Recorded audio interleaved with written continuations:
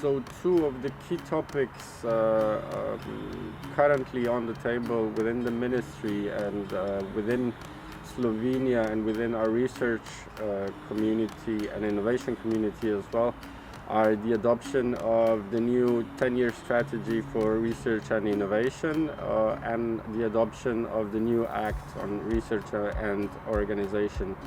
Both will steer our research community, our research policy for the next 10-year period on a long-term basis and on a short-term basis. Both bring about fundamental changes to the research landscape.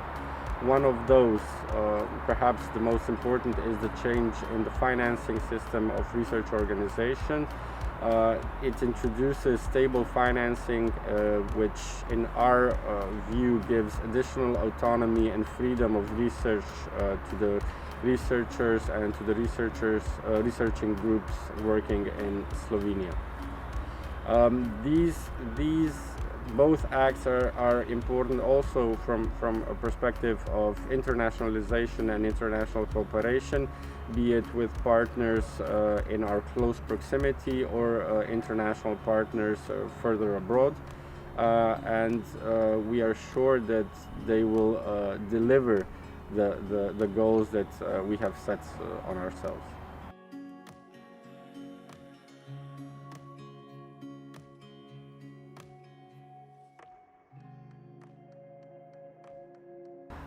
The future strategic priorities are also set within our renewed strategy of smart specialization.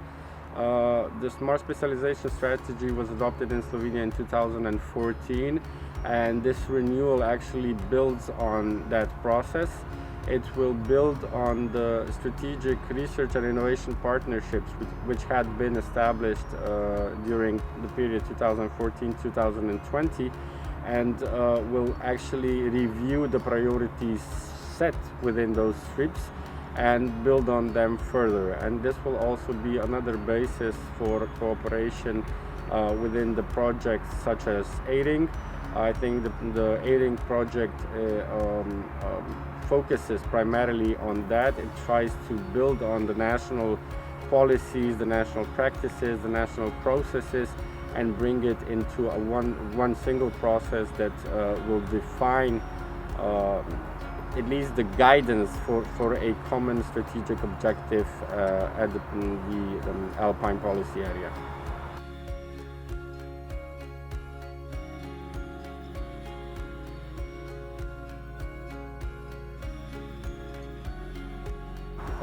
Cooperation, be it in regional terms or wider, is significantly important for the ministry. The ministry usually cooperates with institutional partners. It means that the policymakers, the responsible authorities, or at national or regional level, but through bilateral cooperation with a wide variety of partners. We also cooperate directly with research institutions, both within our country and also with our bilateral partners. And we try to build on that throughout our work.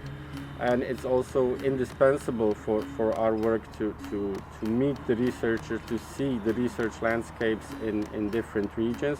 And this is also one of the benefits of Project AIRING, because we get the opportunity to work and meet with partners which sometimes are in close geographic proximity, but we still do not know much about. And this is something that we look forward to getting more information on also within Project AIRING.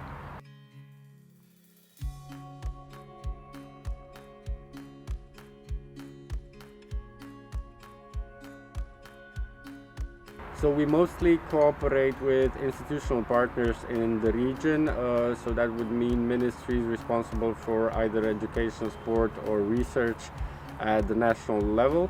But of course, especially with larger countries, we do have direct cooperation also with institutional partners at regional level. Italy would be one example of that. Austria and Germany would be another example of that.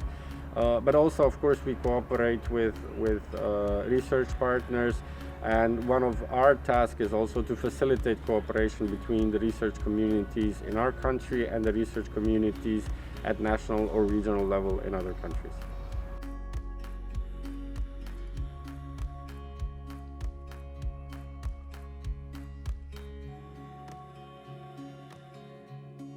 So the priorities set within the strategy of smart specialization had been defined in a two-way approach. One was a top-down approach led by the Office for Development and Cohesion Policy, where some national priorities had been set at the national level between the policy actors. The other was a bottom-up approach set within the research community, the higher education community, and the business community. It had been done through the so-called process of entrepreneurial discovery. And I think everyone was involved in this process. It was a really wide process in 2014. And built on that process, the so-called SRIPs were established. And I believe that also the SRIPs being open in their nature of cooperation enable all the different actors, be it private or public, to get on board and start cooperating at any time within their lifetime.